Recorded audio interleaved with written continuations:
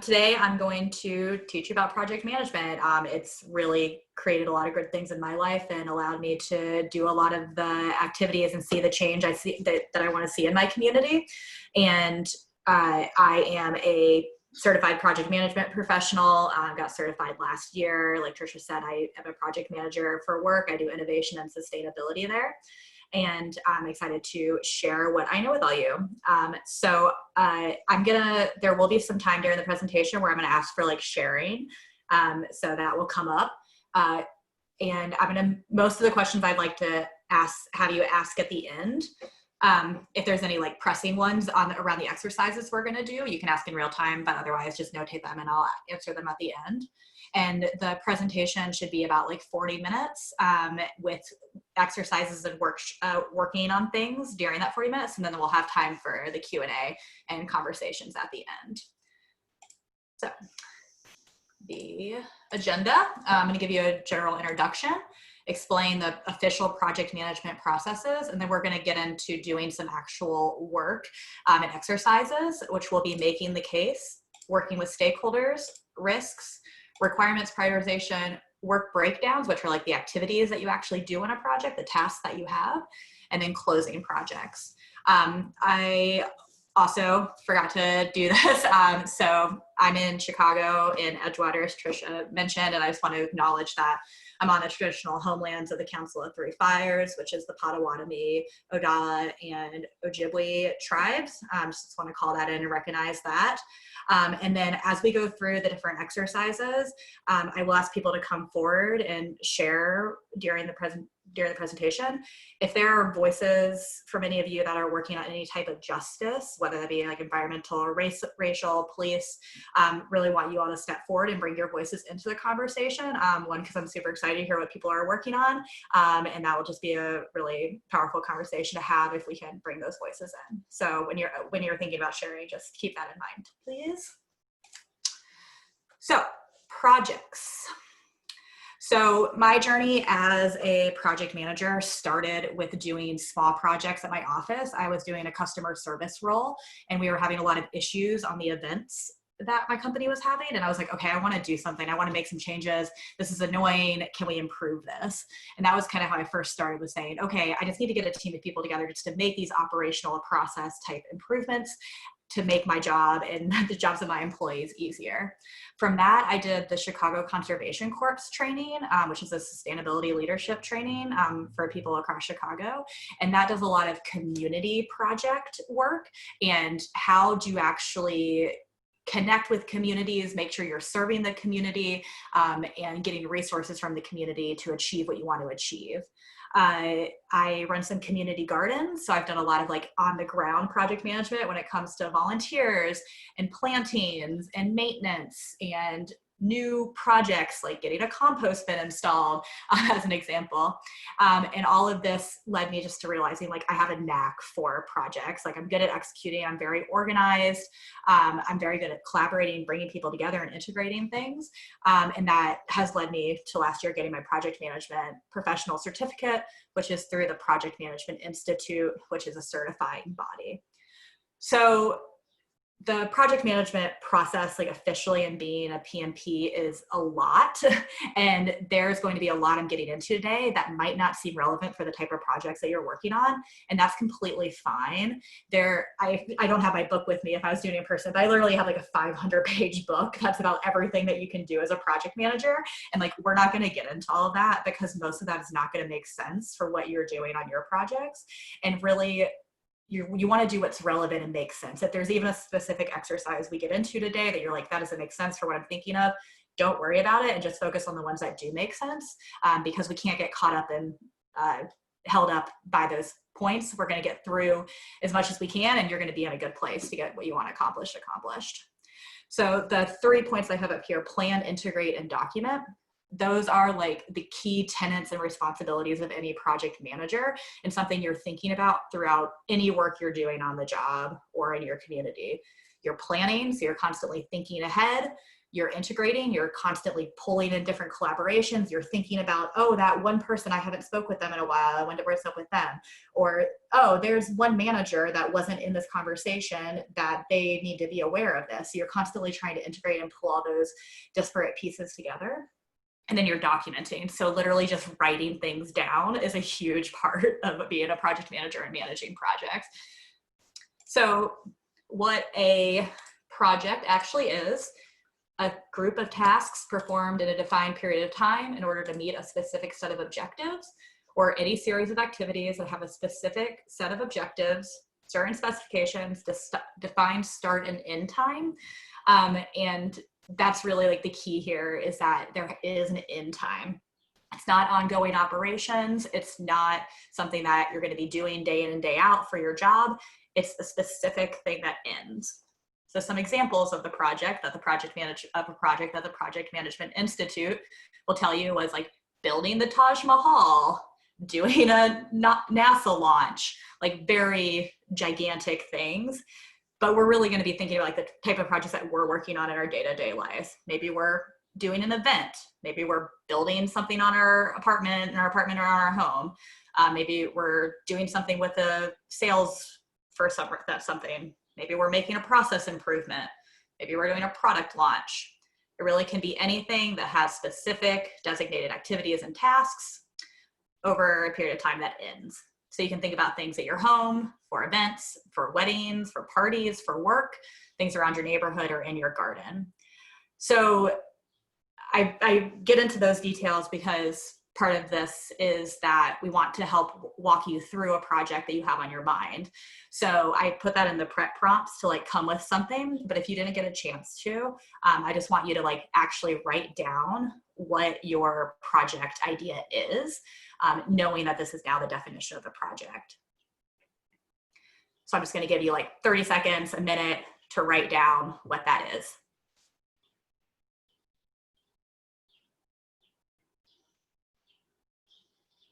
It doesn't have to be the one you brought originally. If you have a better idea now, feel free to bring that one in as well.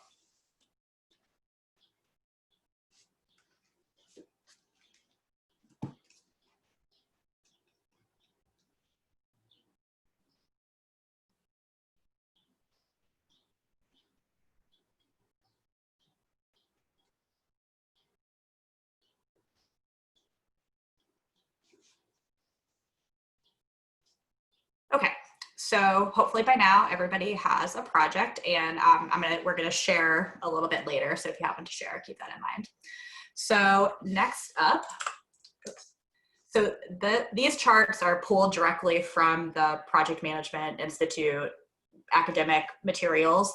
But the key here that I want to show you with this chart is all of the different processes within a project are interconnected. The projects are not just a beginning, a middle, and an end in a linear time frame. If you do it that way, you actually might not be as successful, because you want to be flexible, you want to be adaptive. As you are kicking things off, you also want to start planning. So then when you're planning, if you need to go back and recreate the reason why you're doing this project, you can. You want to be executing while you're actually planning, because then when you actually start doing the work, you might realize there's some best practices or other things that you want to pull into your planning process, and it's all going to be interconnected and they all inform each other. And the other reason this is nice is because things will go wrong. Like no project has ever been completed without issues, without risks being realized. So with this format, you can always go back and iterate, and you don't have to be overly hard on yourself. By bringing in these practices we're going to go through, you'll be able to recover and keep things on track.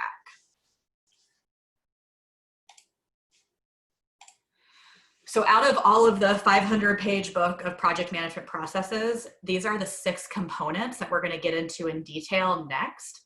Based on my experience, I believe that if you can do these 6 things, then any project you have at work or in your community, you will have what you need to know and do. So this is going to be the content of most of the presentation, is getting into these six components. So the first thing that we're going to get into is the why. So in project management terminology, this is called the business case. This is really where you're going to be identifying the goals and objectives. To do this, you're going to be working with your sponsor. So maybe that's Trisha, maybe that's a community group you're working with. And your sponsor is the person that is supporting you in your efforts. They're your key champion. They're the person you're going to go to help problem solve for roadblocks. And they are responsible for setting you up for success. So they could have been the person that assigned you this project, or the person that you went to with a project idea saying, hey, I want to do this. And they agreed that it would be a good idea. So when you're identifying the goals and objectives, you're going to need to know what the idea is. You're going to need to know what is prompting the need for action. Is it an issue? Is it an opportunity? What is the value to the organization, to the company, to the community?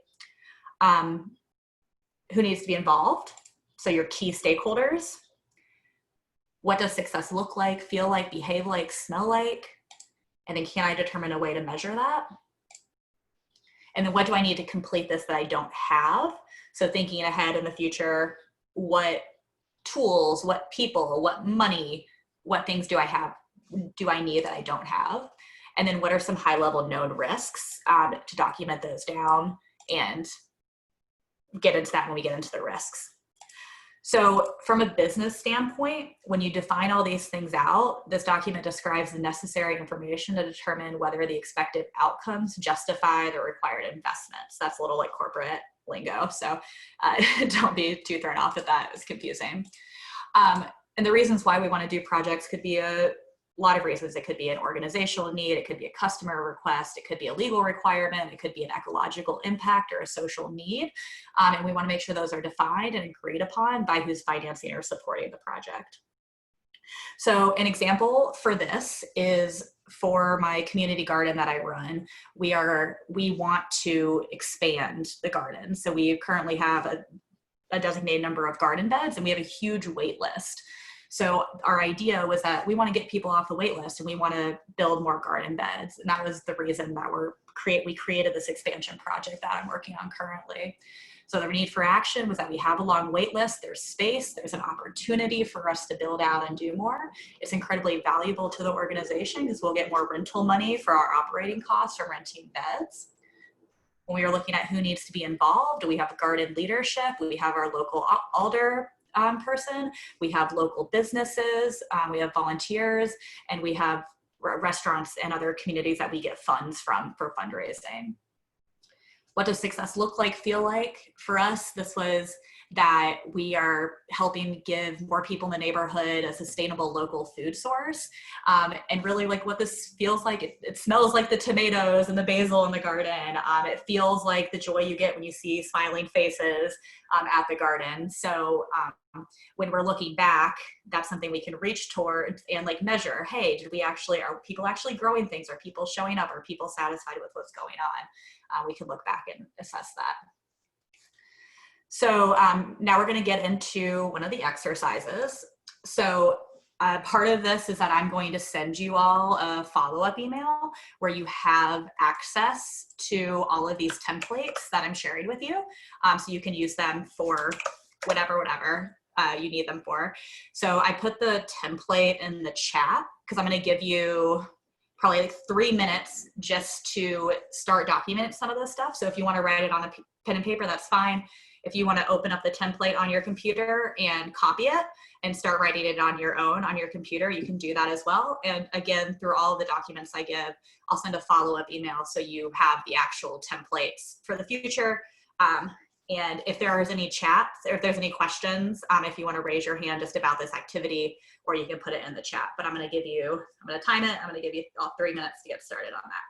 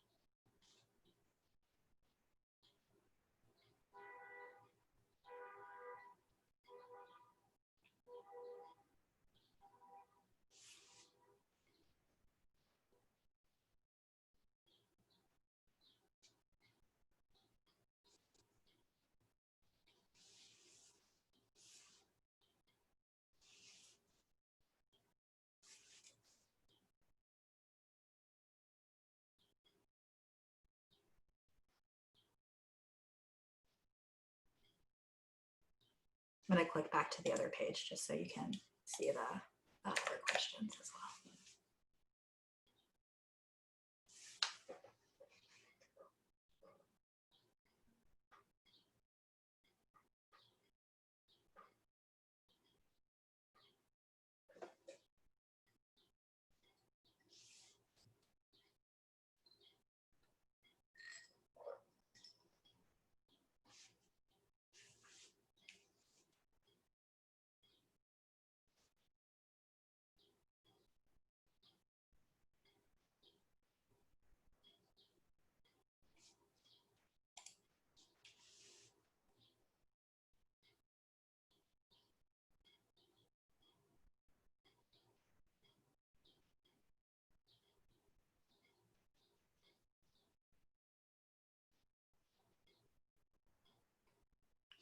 One more minute.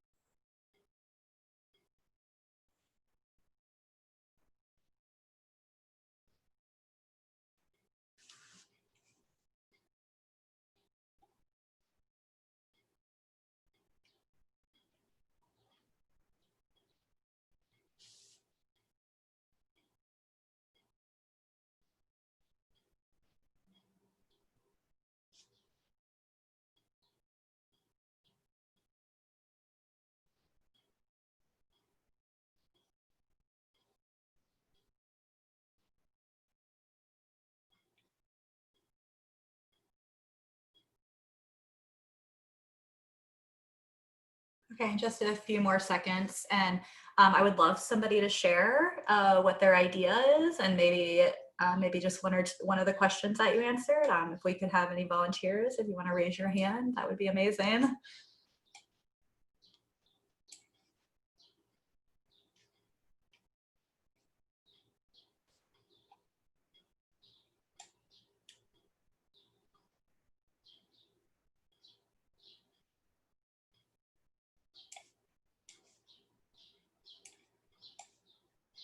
How are we feeling? Does anybody want to share?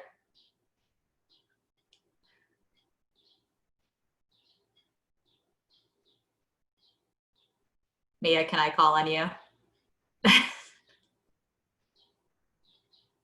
I think Nathan has to unmute you.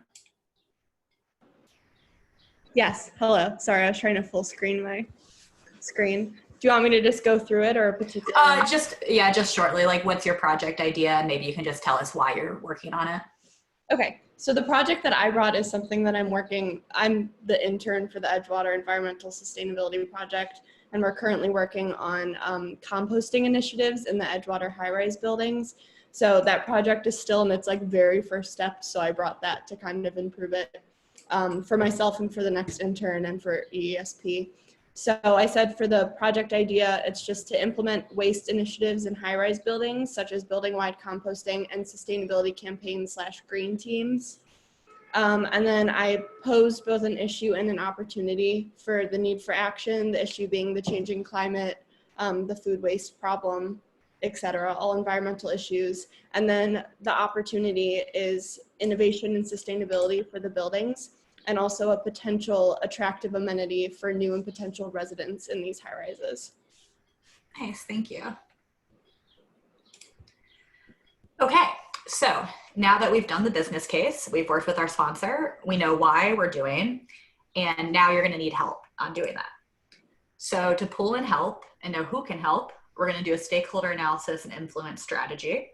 So we're gonna find out who, what, and what the communication is gonna look like for that. So through identifying your stakeholders, you're identifying the people, groups, and organizations that could impact or be impacted by your project. You're analyzing their expectations and their impact on the project, and developing management strategies to engage them in project decisions. So who are your stakeholders? They could be employees, they could be suppliers, they could be money people, regulators, the media. This is key. They could be people who simply believe they are stakeholders, maybe people that could cause roadblocks or cause problems for your project. You also want to look at who are in your communities. Do you have friends that you can pull in to help? So asset mapping is a really great tool to use to accomplish this. Asset mapping relies on like a core belief that good things exist in communities and that those can be highlighted and encouraged. So when you do an asset map, you work with your team to identify all of the stakeholders, all of the assets you have in your community and literally list them out. So when you're going to a project, you can go back to that list and say, oh yeah, I have a friend who works at the Sun Times, or I have a friend who's really good at woodworking. And those are going to be the resources that you're going to want to ask about and pull in for your project. To build this out, you're also going to want to consult with the stakeholders most affected by the work or the outcomes, because they're going to be people that you might need. They might have unique perspectives. You might want to tailor your approach, and they're going to have important things that you're going to need to pull in. Things that you should consider when you're pulling in stakeholders is the diversity of it. So like how many people are there and how diverse is the culture within your stakeholder communities. There's like the example of the people that developed AI like didn't have a diverse group. So like AI doesn't work as well for certain races as it does for other races. And they failed on their stakeholder analysis. They did not pull in a diverse set of people to make sure that their technology worked for the entire population. You're also going to want to think about the complexity of the relationships. So the more networks a stakeholder or group participates in, the more complex their networks of information could be, and the more misinformation that they might receive. And then this is something that might not be relevant for those of us who are working on like local small projects, but if you're working on things nationally, internationally, or just like internet access actually, and things that could affect people locally, you're going to want to think about what technology communication is available to your stakeholders, because this maps with your engagement and access to any given individual. So these are all things that we're going to pull in, and you're going to build out the work to be done and opportunities to be gained from this practice. So let me see if there's anything. I feel like I missed something in my notes there I wanted to say. Oh, so my example for this is, I don't know if anybody knows about the Mandy on the Beach Music Festival that was supposed to take place at Montrose last year.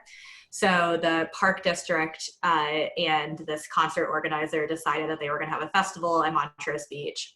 And whoever their project manager was really did not do a good job on stakeholder analysis. They did not connect with the local community group, who was a very vocal and active and loud community group that did not want any private concerts on the beach. And ultimately that group was successful at getting that festival canceled. It could have been a very different situation if that project team had gone to the local community, found out who was active on the ground, and had a conversation with them before making this whole plan that eventually had to get canceled. There were some other forces involved there that also contributed, but that was a good example of that. So this is super key because the ability of the project manager to identify and engage with all stakeholders in an appropriate way can really mean the difference between success and failure. And doing this practice as soon as possible after deciding to proceed really increases the success of the project. You're talking to more people, you're collaborating, you're getting the work off the ground. So this is a example of an influence strategy. So you like list out the stakeholders that you have, and then there's a lot of like details to like think through on how you engage with them appropriately. We're not going to have time to get into all that right now, but I want you we already mapped out some key stakeholders in the last one, but I want you to build out that list a little bit more. That's a copy to the template, but it's very complicated. So if you maybe want to take one person and try to think through some of the different categories, or just build out your key stakeholder list, I'm just going to give you a minute to do that. And if there's any questions about what we're doing, feel free to put it in the chat or raise your hand about this exercise.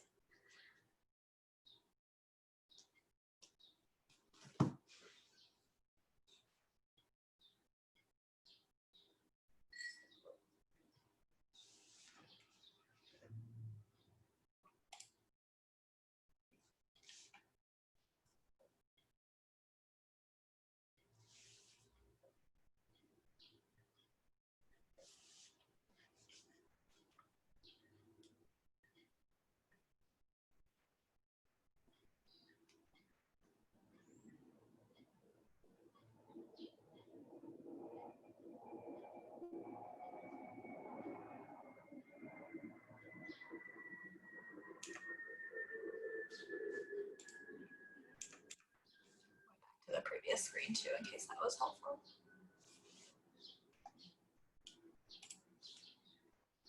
Just like five more seconds.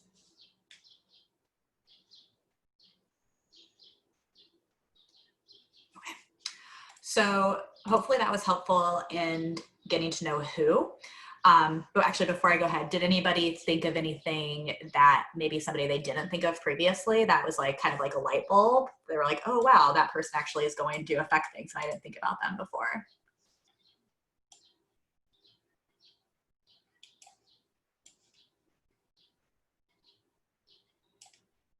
Okay, well, if you think of one, maybe just put it in the chat. That's fine. So now we know who, and now we're going to keep building out on the what. So the main key function of a project management and knowing the what is called the scope.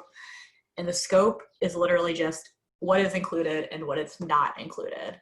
This is ultimately the work that is going to be performed. And the activity here is simply writing it down. You'll need to reference it later.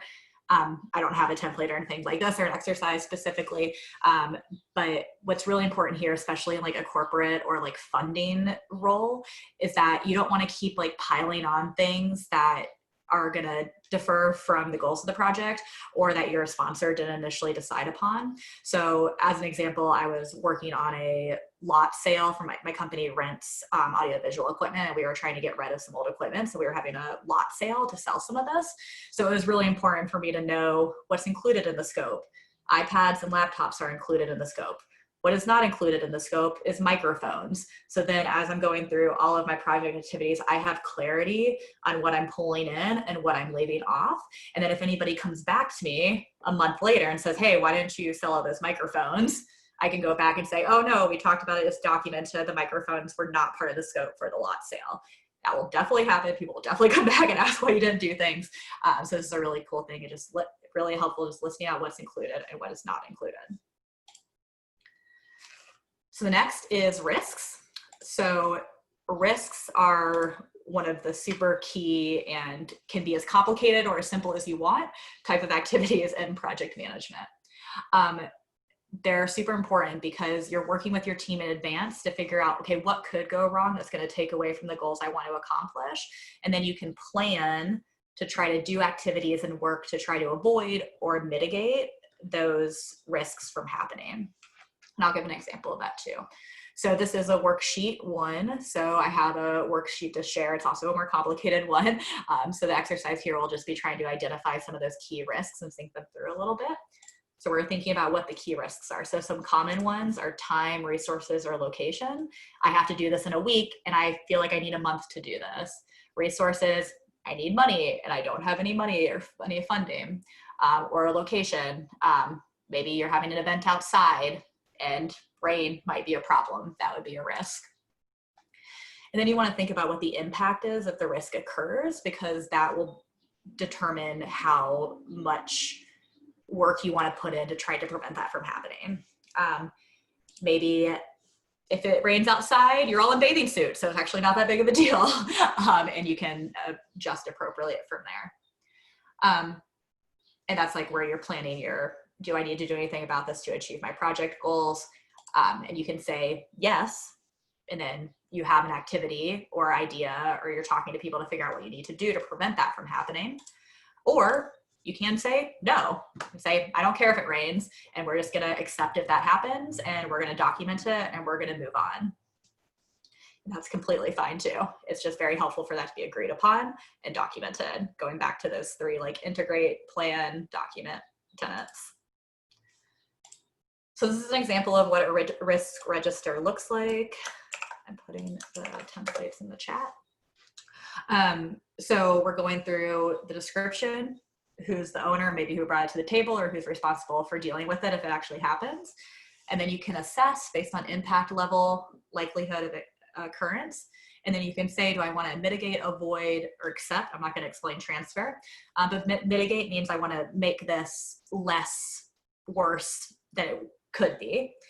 Avoid means that this cannot absolutely not happen. And if I can't deal with rain, then I need to move the event inside, versus mitigate having umbrellas or a tent set up.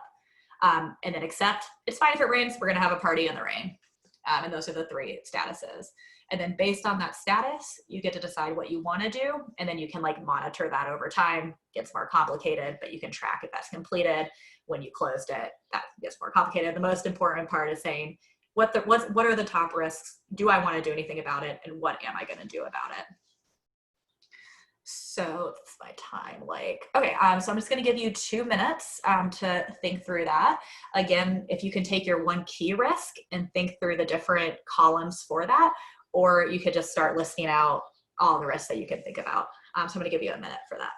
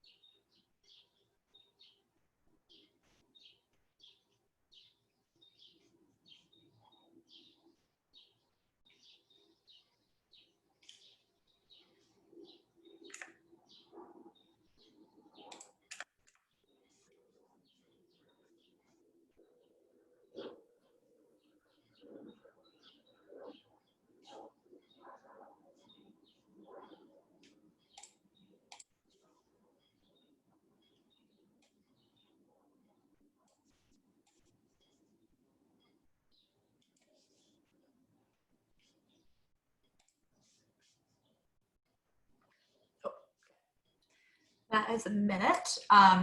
Anybody want to share anything there? I feel like we're not super of a sharing group, but if anybody has any sparks or or ideas, I would love to hear them.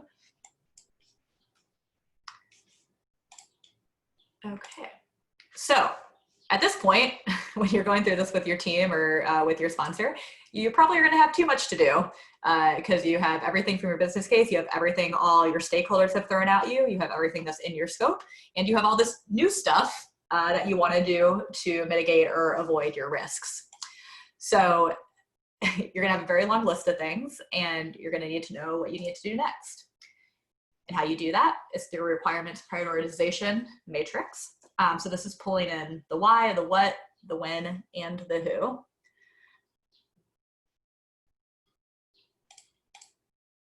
Yeah, sorry, my other slide got missing. Okay, so this matrix practice links the activities that you got from all those inputs, and you measure them to ensure that each activity you're doing adds value to linking it back to the project reason, goals, and objectives. So it's a way to rank work throughout the project, helping to ensure that only approved work is delivered in the end. So the first thing you're going to do is, again, documenting. You're going to record all of the requirements and activities. You are going to define them and explain the rationale for inclusion to help map out the reasoning for why you want to do this specific activity. You're going to measure that, and I'll show you an example of that. Then you're going to prioritize and assign to the actual people that will be doing the work. If you're doing small projects, if you're doing community projects, might be you a lot of the time, or maybe you just have 1 or 2 teammates, and that's completely fine as well.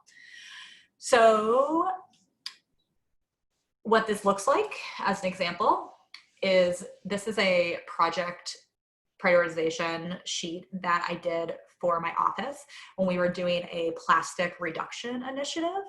So we had all the conversations, we had all these ideas, we had done all this research, we had probably 200 things we wanted to do across the office to reduce our plastic waste. And with a small team and limited resources and everybody working a regular day job too, we knew that was unrealistic for that to happen. So this is literally just a Google Doc, so I don't have a template for this one specifically, but it's pretty straightforward. So we put down what we wanted to do. So we wanted to implement bulk stations with mason jars and get rid of the individual snacks that we had. We wanted to add compost receptacles in the bathroom. And then we measured those on what we what made sense for the project. So these could be varieties, but these are some common ones.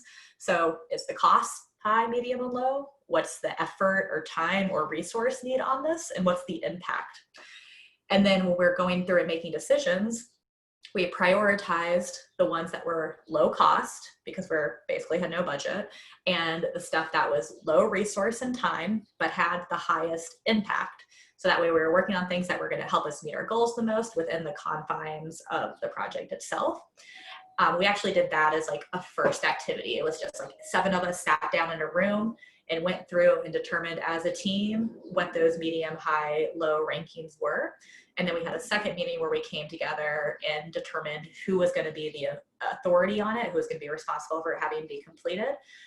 Who does it impact is going back to that stakeholder piece. So thinking about and integrating all the different pieces. So if we were going to do the compost receptacles in the bathroom, Miller was our cleaning staff. So we needed to make sure that he was aware. So thinking through those things and thinking through who's actually going to drive that. So now you know what to do. Maybe you've taken off those low level ones. You've made sure that the reason that you're doing them will help you meet your goals, and you know who's going to be doing them. And then how do you manage that happening? To do that, the project management term for it is called a work breakdown structure or a work breakdown, but that is literally just the activities that go into the project that you are doing. So you have your requirements, and then you are taking those and saying, okay, these are the ones we're doing, and you're mapping that out with your team and stakeholders. So we had started doing that a little bit on the prioritization sheet, and this is literally just taking that and putting it into another tool. So you're using tasks for this. There's tools like Trello or Asana, or just simply using a Google Sheet, but you're writing it all out, you're talking to your stakeholders, you're setting priorities, due dates, dependencies to keep track of things getting done. So dependencies are when you can't start one thing until another thing has been completed. So if you're thinking about really large or complicated projects, hopefully you can understand why that would be important, that if things get held up, you can't keep things on track if you're waiting for one thing that needs to happen before other things happen. So that's probably like project management tier 2. Due dates, when does this need to be done by? That should be fairly straightforward. And then you're executing on that. So I said, like, be like your best manager, maybe your best teacher, maybe a mentor you've had. You really want to be checking in with your team, giving updates, communicating updates, be in constant contact, and helping your team problem solve throughout all of this. So my best manager, and I hope when I was a manager, I was good at that, was really helping people out, documenting things, sharing, and problem solving. So the screenshot up here is from Asana. I use Asana as my project management tool. It is a free software. You don't have to pay for it unless you want to upgrade. So this example was from a product launch I was doing at work. And these were the specific tasks that our marketing team had to do. So my category for the tasks was the marketing prep for the launch, and then all the individual tasks that I worked with the marketing team to determine what they needed to do, who was doing what. And then in Asana, you can assign signee, due date, priority, and you can manage and keep track of all of that within the system.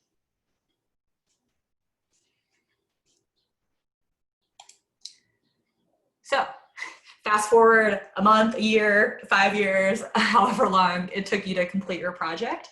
Now we're done with the work, which is wonderful. And remember, going back to the process, the final thing that we're working on is closing the project. And remember, projects have a definite end date. So the close is a really key evaluation tool for you to talk to your sponsor about, to talk to your funder about, to talk to your community about. And I'll explain what that actually looks like. So a close evaluation is another document. Project management is all about documents. And this is where you're going back. So maybe it is a year, maybe it took you 6 months. You actually want to go back and copy what that original objective was from your business case. And then look at what happened, look where you ended up, and assess, write down, did that result achieve the goal? Why or why not? You want to go back and look at your scope and look at the activities that you actually completed. Did the activities that you completed align with what was in the scope? Was there any variance? Something was added on, there were changes, COVID happened, whatever that is. You want to say why, if there was variance, and why that was. And then were there any risks or issues encountered and how they were addressed? So you have your risk register. There's another thing you can do called an issue log, but you're keeping track of things that went wrong, because those are going to be really key in knowing what lessons learned were. And I think this is one of like the best parts about project management processes, is that like, we know things are going to go wrong, but it's really about continuous learning. It's really about, especially when we're thinking about community projects, it's like, what were our lessons learned? What can we do better next time? Did we forget to engage a specific building or a specific community group that would have really benefited? So the next time we're going to do something similar, we can go back, look at the lessons learned, make sure they're on our asset map, make sure we're engaging everybody that has a relationship to what we're trying to accomplish. And this is also a document that I have that I will share, which I'm realizing I forgot to put a copy of in here, so I apologize about that. But it pretty much answer those questions. So that is the core of my presentation. Those were the 6 pieces that, if you can do those, then I believe that you will be able to successfully execute and close a project in your communities. So that was a lot. I went through it fairly fast, so thank you for bearing with me. But I work in the events world, and one of the things that I think is really good about events is like actually taking a moment to like reflect and like, what am I actually taking away from this? Like, what was my key thing that I sparked? Maybe it wasn't something that I talked about, maybe it was something else for you. But I want to allow us all time to write down at least one thing that we're taking away. And we'll do questions and answers as well. So they might come up in that as well. But I would really love to hear what from the material I presented was most insightful or helpful to you. And if anybody wants me to like go back to a certain slide or something, I can definitely do that. Cool, Trisha. Yeah, the takeaway. Yeah, I need to document the lessons learned. When I'm starting a new project, I always go back to my last lesson learned document, and I just like literally copy and paste from that to include activities in my next project. I'll go. Yeah, thanks. So I'm on sort of the Taj Mahal scale of projects.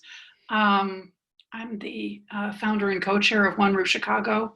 We're in pre-development for about 100-bed affordable housing development for LGBT elders, intergenerational for LGBT elders and housing insecure youth. It'll be on the west or south side of Chicago. We've got a great board of directors.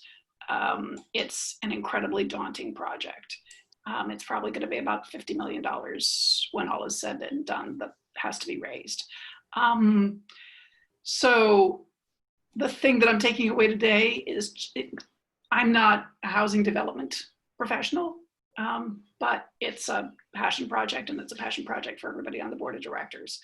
And I think what I'm taking away is that some of the concrete tools, which I'm finding really sort of helpful to systematize the things that I already know intuitively. And sort of the general approach to systematizing the work so that we can actually get right now. We've been sort of working on it for 2 years now, and I want to see it built, in somewhere between 3 and 5. And that would be realistic if we go about it systematically. And I just need to sort of like, and being a sort of very linear sort of, I do well with linear constructions of thought, and being able to get the tools so that I can do this project in a linear way and help the board go through it in a linear way is very helpful, immensely helpful. I'm looking, for example, at things like Asana and looking at project management software and saying, okay, what's the thing that we are going to use that everybody's going to want to use, because you're going to have the best software in the world. And if nobody wants to use it, then it's just a pretty doorstop. and sort of saying, okay, what's the thing that people are going to want to use that actually is going to do the job that, the Kanban system for a project like this does not really work, but something like Asana might. So yeah. Yeah. Basecamp, Trello, or other ones, they pretty much all have like free offerings as well.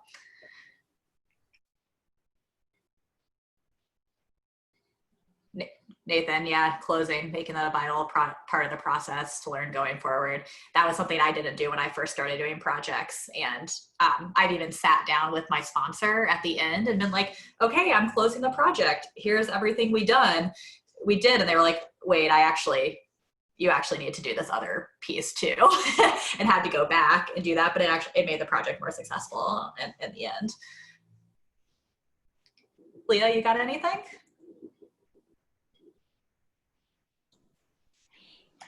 Yeah, I actually kind of thought about it in a couple of ways. I thought about a lot of because I consider myself to be a fairly organized person for the most part, but we can always improve.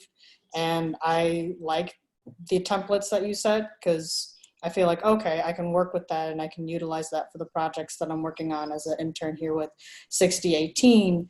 And in conjunction with the work that I'm doing with 6018 North, I also have some of my own independent projects that I'm working on. I'm actually working on a short comic story that I'm spending my summer to get all the pages thumbnailed so I can do all my final lining and coloring in the fall. So with some of what the lessons that we've discussed today, I want to try modifying those to my own benefit for some of my independent projects as well. So it's really short, I'm sorry, but I guess that's kind of like my general takeaway from that. I use the project management stuff like so much in my day-to-day life as well. With like even just like planting my garden beds in the backyard. It's like, okay, I'm gonna get the bed, I'm gonna get the dirt, I'm gonna do this, I'm gonna do it by this date. And it's really helpful. It's a really helpful framework. How's everybody on video? Anybody else that's not on video want to pop in? I have a question about because often when you start a project, it's so huge and daunting and you need to start. So how do you slow down and take the time to document, to do all this in the very beginning? Because I think the intuitive thing is just to start, or maybe that's not intuitive. So I mean, literally starting your business case is being the first thing. Even if I'm just like talking to my boss and they're just like giving me information, like I'm taking notes and I put that into a business case. And then at like that point, I'm going to pull in other people once I have like the initial framework to make sure I have it well thought out and well built out. And for me, that's where like the energy comes through. Like once I start talking to other people and other people are sharing their ideas, that's where like I get motivation to like continue and like actually spend the time. It's like, oh, people think this is going to be a good idea. This is going to make a change. This is going to make people's lives better or their work easier. But has Karen done her time management course yet for sanctuary sessions? That's next, setting priorities. Yeah, I learned a lot of time management things from Karen. And it is hard. It's work that you really have to like put on your best thinking music and find your comfortable spot and dedicate. Maybe it's just start with 5 minutes, or maybe you could start with an hour and just like sitting there and starting to write it down. And these are skills that people might have more intuitively, or they might be skills you have to build up. And that's the professional development work we have to do, right? If we want to make this change we want to see in our communities in the world, we have to keep trying to improve and keep trying to make things better. Did that answer your question at all? Yes, thank you very much. Excellent. Kind of rambling a little bit. Okay, so we did that sharing already. I think I mixed up my last two slides. Were there any other questions about anything? Last time I did this, I didn't have any questions either. And I think the consensus was that I just did an amazing job. And there weren't any questions because I was so clear on everything. But that's fine. I'm sure things will come up. Definitely reach out. If you are working on any projects that are environmental or justice oriented projects, or if you are Indigenous or a person of color, if you want to consult, do a follow-up with me, like this is no charge, this isn't something I get paid for or anything, but please reach out and I would love to help. I'm sure a lot of us are trying to, do good in our communities and our world. And through this format with sanctuary sessions, reach out, follow-up conversation. We can talk through some stuff, talk about any roadblocks you hit. Happy to help with that.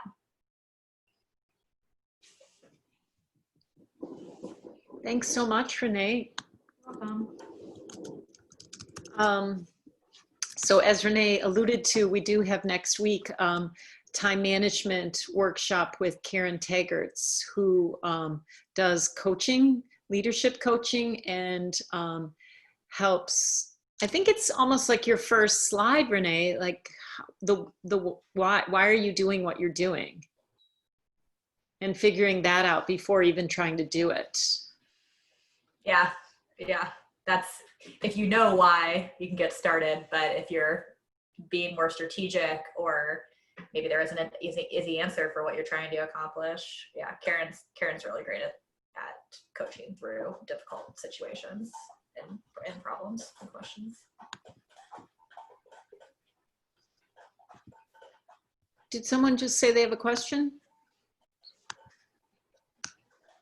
No. Okay, well, if not, if no one has any questions, thank you very much, everyone, for coming. Thank you for taking the time to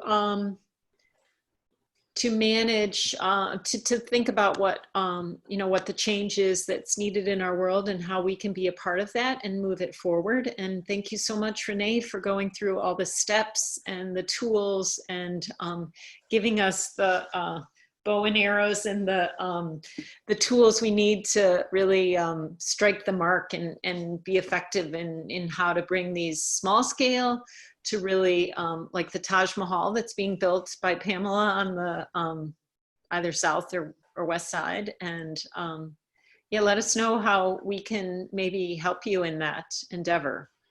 Because we've been working on the Justice Hotel, and so it's somewhat similar. Yeah, the Justice Hotel is awesome. Thank you. And so our interns are all working on that project too. So like Renee, I think that was like the slide with all the stakeholders. Stakeholders can be everywhere. In fact, they are everywhere. We just don't know they're everywhere. And then the ones that you don't think should be there are also there. And then just as a reminder, I will send a follow-up email with a bunch of links and these templates and additional resources. So check that out as well. Thank you. Okay. Bye, everyone. Thank you. Thank you.